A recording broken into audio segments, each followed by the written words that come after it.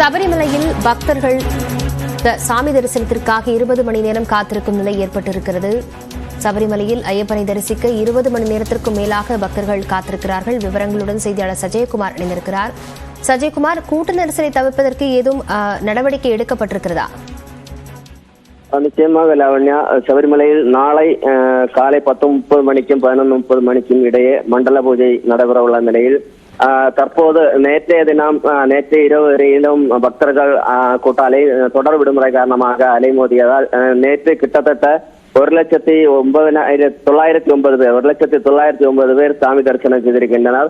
நேற்றைய தினம் கிட்டத்தட்ட 15 மணி நேரம் முதல் 20 மணி நேரம் முதல் நேரம் வரை பக்தர்கள் நீண்ட வரிசையில் காத்திருந்து பல்வேறு இன்னல்களாகி பம்பையிலும் நிலக்கல் போன்ற பகுதிகளில் வாகனங்கள் தடுத்து வைக்கப்பட்டும் பல மணி நேரம் காத்திருந்து சாமி தரிசனம் செய்தனர். இன்று சபரிமலையில் தங்க அங்கி ஊர்வலம் மாலை 6 மணிக்கு தங்க அங்கி ஊர்வலமானது பார்த்தசாரதி கோயிலில் இருந்து புறப்பட்ட தங்க அங்கி ஊர்வலம் சன்னிதானம் அடைய உள்ள நிலையில் இன்று பக்தர்களுக்கு சபரிமலையில் கட்டுப்பாடு ஏற்படுத்தியிருக்கிறது.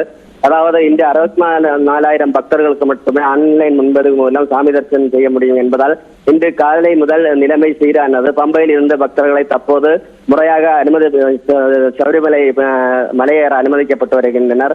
அதே போல இன்று மாலை தங்க அங்கி சார்த்தி ஐயப்பனுக்கு சிறப்பு தீபாராதனை நடைபெற உள்ள நிலையில் இன்று மத்தியானம் 1 மணி முதல் மாலை 6 மணி வரை பம்பையில் இருந்து பக்தர்களுக்கு சபரிமலை ஏறி சன்னிதானம் செல்ல அனுமதி கிடையாது. மாலை 6:30 மணிக்கு தங்க அங்கி ஊர்வலத்தை தேவசம் அதிகாரிகள் அங்கு வரவேற்பளித்து இன்று தங்க அங்கி அணிவித்து ஐயப்பனுக்கு சிறப்பு தீபாராதனையும் நாளை காலை 10:30 மணிக்கும் 11:30 மணிக்கு இடையே சுப முகூர்த்தத்தில் சபரிமலையில் மண்டல பூஜை நடைபெற உள்ளது. நாளை 70,000 பக்தர்களுக்கு மட்டுமே ஆன்லைன் மூலம் முன்பதிவு செய்து சாமி தரிசனம் செய்ய முடியும் என்ற நிலையில் இன்றும் நாளையும் பக்தர்களுக்கு எண்ணிக்கையில் கட்டுப்பாடு ஏற்படுத்தி இருப்பதால் தற்போது நிலைமை ஓரளவுக்கு சீரானது. பம்பையிலிருந்து முறையாக சன்னிதானம் செல்ல பக்தர்களை அனுமதிக்கப்பட்டு வருகின்றனர். லாவண்யா, விவரங்களுக்கு நன்றி சஜயகுமார்.